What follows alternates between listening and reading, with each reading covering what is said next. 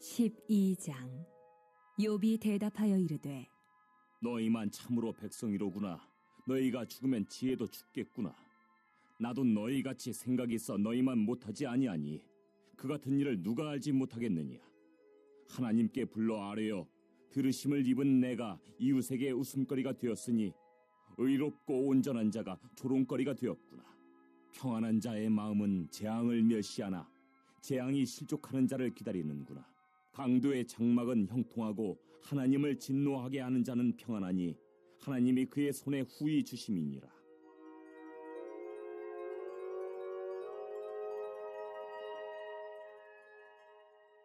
이제 모든 짐승에게 물어보라. 그것들이 내게 가르치리라. 공중의 새에게 물어보라. 그것들이 또한 내게 말하리라. 땅에게 말하라. 내게 가르치리라.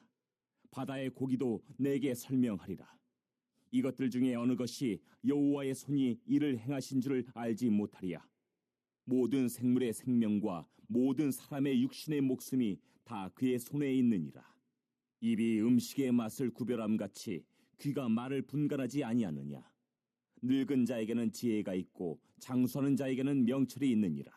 지혜와 권능이 하나님께 있고 계략과 명철도 그에게 속하였나니 그가 허르신즉 다시 세울 수 없고 사람을 가두신즉 놓아주지 못하느니라.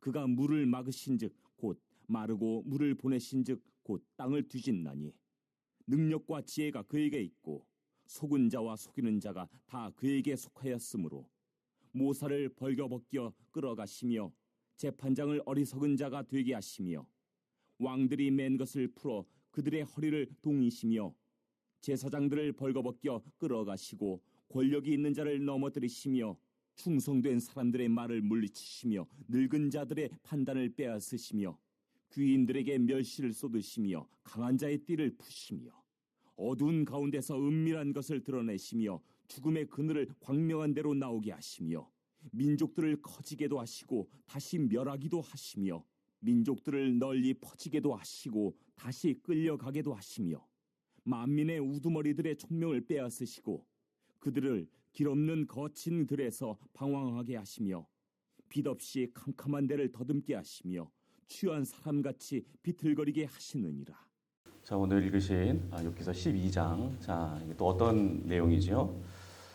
이게 자신을 찾아와서 이 자신의 그 아픈 이 상황에 대해서 공감해주면서 좀 마음을 다해 좀 위로해 주었으면 좋겠는데 그러기는커녕 끊임없이 정죄하면서 가르치려고 만드는 이 세 친구를 향해서, 그리고 어제 우리가 11장에서 이 소발이 또 가장 날카롭게 인과응보의 논리로 지금 욥을 막 코너에 몰면서 굉장히 그 마음을 아프게 하고 있었죠. 그래서 여기에 대해서 마치 어이가 없다는 듯이 지금 반박하고 있는 욥의 답변이 이제 오늘 읽으신 이 12장의 내용인데요. 자, 뭐라고 지금 욥이 반박을 하고 있는지 이제 한 세 가지 정도로 우리가 정리해 볼 수 있는데, 먼저 1절부터 6절에 보시면 이제 욥이 지금 뭐라고 하고 있는지 보세요. 2절과 3절 핵심 구절을 좀 읽어보겠습니다. 시작. 너희만 참으로 백성이로구나. 너희가 죽으면 지혜도 죽겠구나. 나도 너희같이 생각이 있어 너희만 못하지 아니하니 그 같은 일을 누가 알지 못하겠느냐. 그렇습니다. 지금 이 세 친구들이 마치 자신들만이 이 세상의 모든 이치를 다 통달한 것처럼, 지혜자처럼 그렇게 막 잘난 척하듯이 막 이렇게 얘기를 하니까 지금 욥이 그런 그들을 향해서 야, 너희들 참 대단들하다. 참 너희들이 정말 지혜자구나. 그러니까 너희가 죽으면 세상의 지혜도 다 사라지겠구나. 그런데 너희가 아는 그 정도의 수준의 지식은 이미 나도 다 알고 있다. 이렇게 지금 뼈 있는 농담처럼 이렇게 대꾸를 하고 있는 것이죠. 그러면서 친구들의 그 얄팍한 지식에 의한 논리, 즉 하나님께서 인과응보의 이 철저한 하나님이시기 때문에 네가 죄를 지었기 때문에 네가 이렇게 그 형벌의 대가로 고난을 당하고 있는 것이다 라고 하는 이 논리에, 자 이제 4절부터 6절에 보시면 이렇게 반박을 해요. 자, 다 같이 읽어보겠습니다. 자, 시작. 하나님께 불러 이르되 들으심을 입은 내가 이웃에게 웃음거리가 되었으니 의롭고 온전한 자가 조롱거리가 되었구나. 평안한 자의 마음은 재앙을 멸시하나 재앙이 실족하는 자를 기다리는구나. 강도의 장막은 형통하고 하나님을 진노하는 자는 평안하니 하나님이 그의 손에 후히 주심이니라. 그렇습니다. 그러니까 이런 말이죠. 흔히 너희들처럼 등 따시고 또 배부른 사람들의 경우에는 나처럼 고통받는 자들을 아주 쉽게 생각하는 경향이 있다. 뭐 내가 큰 죄를 지어서 그 죄에 대한 형벌로 이렇게 고난을 받는 것이다라고 하는 뭐 그런 뻔한 식으로 지금 너희들이 함부로 말을 하는데, 그런데 당장 현실만 봐도 그렇지 않지 않냐? 세상에는 오히려 강도짓을 저지르는 그런 악한 사람들, 막 하나님을 진노하게 하는 그런 악인들이 아무 탈 없이 평안하게 사는 경우가 있지 않느냐. 마치 하나님께서 오히려 그런 악인들의 손에 후히 주시는 것 같은 그런 모습으로 그들이 마치 복 받는 것처럼 그렇게 잘 살고 있지 않느냐. 그러므로 이런 것들만 봐도 너희가 지금 말하고 있는 그 인과응보의 논리, 즉 죄를 지으면 반드시 벌을 받고 또 의인은 또 반드시 복을 받는다라고 하는 그 논리는 그게 다 맞는 것이 아니지 않느냐 하면서 지금 욥은 특히 이제 이 소발을 향해서 이렇게 얘기를 하고 있는 것이죠. 자, 그러면서 7절부터 9절까지는 또 욥이 뭐라고 말을 합니까? 친구들이 자꾸만 이 세상은 하나님께서 주권자 되셔서 당신의 뜻대로 그렇게 철저하게 다스리는 그러한 세상이기 때문에 하나님께서, 이 주권자 되신 하나님께서 너 욥에게 고통을 그렇게 주시면서 너를 이런 식으로 다스린다면 그럴 만한 이유가 있으니까 그 이유조차도 다 하나님의 주권 가운데 속해 있는 거니까 너는 그냥 찍소리 말고 하나님의 다스리심을 인정하라. 뭐 하나님을 앞에서 뭐 항변하고 그런 얘기 하지 말고 그냥 찍소리 말고 그냥 고개 숙이고 인정해라. 이런 식으로 하나님의 주권에 대해서 또 이야기를 하니까 이 욥이 뭐라고 합니까? 7절에 보니까 우리 7절 읽어볼까요? 시작. 모든 짐승에게 물어보라. 그것들이 내게 가르치리라. 새에게 물어보라. 그것이 또한 내게 말하리라. 8절. 땅에게 말하라. 내게 가르치리라. 바다의 고기도 내게 설명하리라. 우리 9절도 읽을까요? 시작. 이것들 중에 어느 것이 여호와의 손이 일은 행하신 줄을 알지 못하랴. 그러니까 한마디로 무슨 말이죠? 야, 너희들이 뭐 대단한 진리라도 깨달은 양 지금 뭐 하나님의 주권에 대해서 지금까지 막 얘기를 하는데 너희가 지금 나에게 하는 그런 모든 말들은 짐승들도 이미 다 하는 말이다. 뻔한 얘기들을 너희들이 하고 있다. 날아다니는 새나 땅에 기어다니는 짐승한테 물어봐도 그들에게 다 들을 수 있는 그러한 이야기다.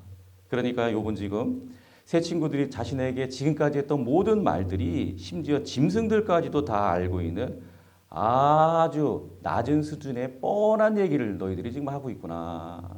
그러면서 의로운 척, 아주 심오한 이야기라도 하는 것처럼 막 잘난 척하면서 계속해서 권면 아닌 권면을 하고 있는 이 친구들의 그 교만함을 지금 이 욥은 꼬집고 있는 것이죠. 그러면서 13절부터 25절까지 이제 쭉 이제 마지막 이 욥의 결론적인 이야기들을 들어보면 자, 어떤 얘기를 하고 있습니까? 먼저 13절을 읽어볼까요? 자, 시작.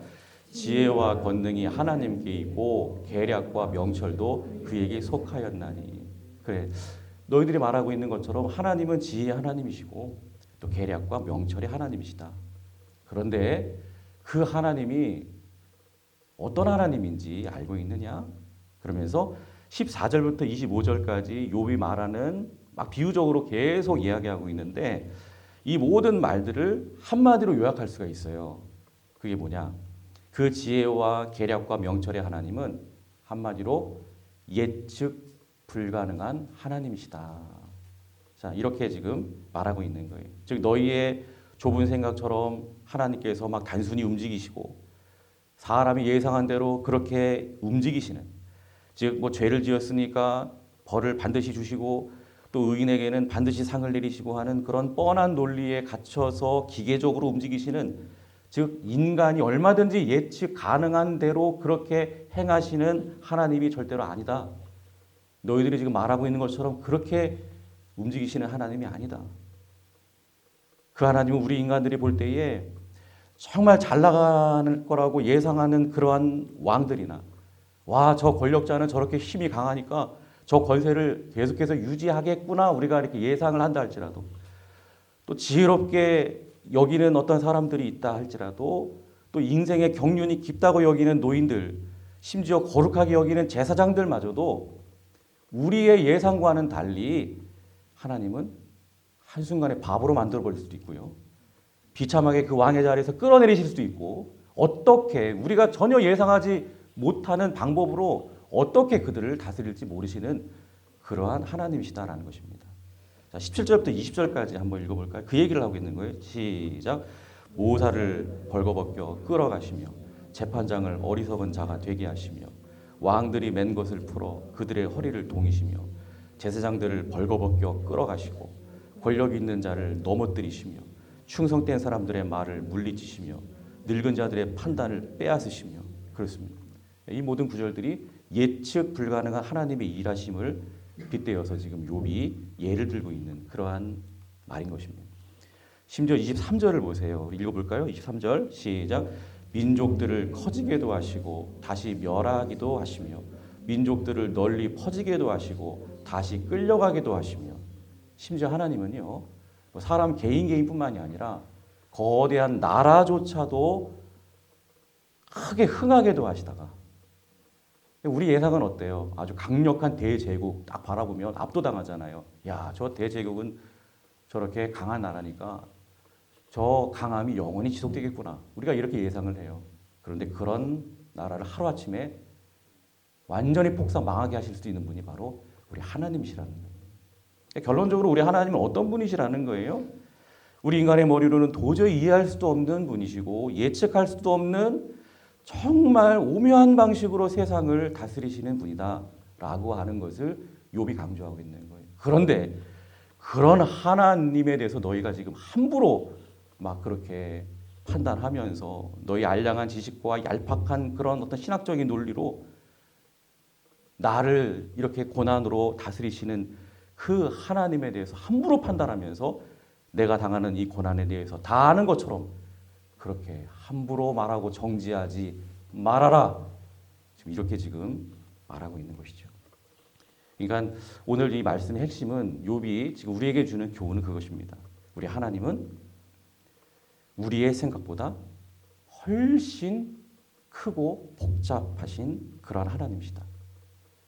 바로 이것입니다. 그래서 여러분 지금 욥이 친구들에게 지금 이렇게 일침을 가하고 있는 것처럼 성경을 보세요. 성경을 보시면 하나님께서 일하시는 방법이 항상 어떠하셨죠?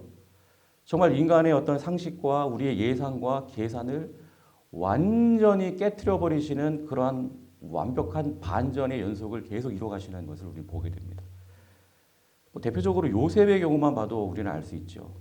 형들에게 배신을 당해요. 노예로 팔려갑니다. 급기야 누명까지 쓰고 그리고 감옥에까지 갇히게 됩니다. 이쯤 되면 우리 인간들은 어떻게 예상을 하죠? 야, 저 인생은 완전히 끝났구나. 하나님께 버림받은 인생이구나. 아이고, 이렇게 욥의 세 친구들처럼 그냥 이렇게 단정을 해요. 너는 이제 끝장났다. 하나님이 너한테 벌 내리신 거야. 이런 말들을 들을 만한 모습이고 비참한 결말이 예상되는 인생의 모습이죠. 그런데 보세요. 나중에 알고 보니까 엄청난 반전이 일어나지 않습니까? 그 요셉의 그 엄청난 고난의 여정은 오히려 요셉을 애굽의 총리로 우뚝 세우기 위한 하나님의 초고속 엘리베이터와 같은 그런 과정이었다라는 것을 우리는 뒤늦게 알게 되더라는 것이죠. 그러니까 우리 하나님은 이렇게 우리의 예상을 완전히 빗나가게 하시면서 놀라운 은혜의 반전을 이루어 가시는 오묘한 분이시다라는 것을 우리는 알 수가 있어요. 또 기드온의 300용사의 경우에도 마찬가지 아닙니까? 무려 13만 5천 명의 미디안 대군을 상대하려면 우리의 예상과 우리의 계산으로는 그에 걸맞는 그러한 수준의 많은 숫자의 군대를 모집을 하고 만들어야 될 것 같아요. 이게 뻔한 논리죠. 근데 하나님은요, 우리 예상과는 전혀 달리 오히려 그나마 있는 그 인원들도 다 돌려보내십니다. 그리고 몇 명만 남겨놓으십니까? 300명. 말이 됩니까 이게? 14만 5천 명을 300명이 상대하라고 이렇게 하세요. 그리고 완벽한 승리를 주신 줄로 믿습니다. 그래서 우리 힘으로 싸워서 승리했다라고 하는 그 인간적인 교만함의 여지를 완전히 꺾어버리시기 위해서 이러한 놀라운 반전의 역사로 이렇게 이끌어 가시더라는 거예요. 자, 그리고요. 하나님의 최고의 반전의 일하심이 있다면 단연코 우리 예수님이시죠. 이스라엘 백성들은 로마의 압제에서 자신들을 구원해 줄 그러한 강력한 정치적 군사적 메시아를 기대했습니다. 예수님이 그런 분인 줄 아셨어요. 근데 예수님은 화려한 왕궁이 아니죠. 비참하고 초라한 마국간, 그것도 말구 위에서 그렇게 태어나셨고요. 가난한 목수의 아들로 그렇게 살아가다가 마침내 가장 수치스러운 십자가에서 돌아가셨습니다. 이 모습은 당시 모든 사람들의 눈에는 마치 전혀 쓸모가 없어서 그냥 내팽겨쳐버린 그런 돌멩이 같은 그러한 모습이었지만, 그러나 하나님은 그 버려진 돌을 오히려 인류를 구원하시기 위해서 가장 중요한 모퉁이에 든든한 머릿돌로 그렇게 만들어 주십니다. 가장 약해 보이는 방법으로 모든 사람들을 멸망으로 이끌고 가는 이 사망의 권세를 보기 좋게 깨트려 버리는 최고의 반전을 우리 하나님께서 만들어 내신 것입니다. 그러니까 우리 하나님은 우리의 계산과 예상을 항상 빗나가게 하시는 하나님이시고, 마침내 가장 은혜로운 반전을 이루어 가시는 오묘하신 아버지 하나님이신 줄로 믿습니다. 그러므로 여러분, 우리의 삶 가운데 마치 욥이 당하는 것 같은 그러한 이해하기 어려운 아픔과 고통과 고난들이 찾아올 때 절대로 여러분들 섣불리 절망하면서 그냥 막 단정하고, 하나님께서 내가 뭔 죄를 저질렀나? 하나님이 왜 이러시지? 그러면서 초조해하고 막 그냥 힘들어하시고 불안해하시고 막 스스로 막 판단하시고, 절대로 그러지 마십시오. 내 눈으로 보기에는 절망적인 상황처럼 보이고 소망이 없어 보일지 모르겠지만 하나님께서는 분명히 살아계시는 줄로 믿습니다. 근데 그 하나님은 오묘하신 하나님이세요. 내 인생 가운데 당신의 영광을 위해서 그 고난을 통하여 어떠한 반전의 역사를, 깜짝 놀랄 만한 그러한 놀라운 역사를 이루어 가실지 아무도 모르는 거예요. 여러분은 지금 현재 경험하고 계시는 그 고난 속에서 오히려 그래서 우리는 기대할 수가 있는 거예요. 하나님께서 반드시 내가 알지 못하는 크고 비밀한 역사로 여러분들을 은혜의 자리로 이끌어 가실 줄로 믿습니다. 다른 성도의 아픔과 고난을 볼 때도 마찬가지죠. 절대로 그래서 욥의 세 친구들처럼 나의 열팍한 지식으로 내가 알고 있는 게 전부인 양 그렇게 함부로 정죄하고 판단하지 마시고요. 그들의 삶 속에서도 놀라운 반전을 이루어 가실 우리 하나님을 그저 묵묵히 기대하고 바라보시면서 고난 중에 있는 그 성도들의 손을 따뜻하게 붙잡아 주시고 마음을 다해서 공감해 주고 위로하는 겸손함이 우리 모두에게 필요한 줄로 믿습니다.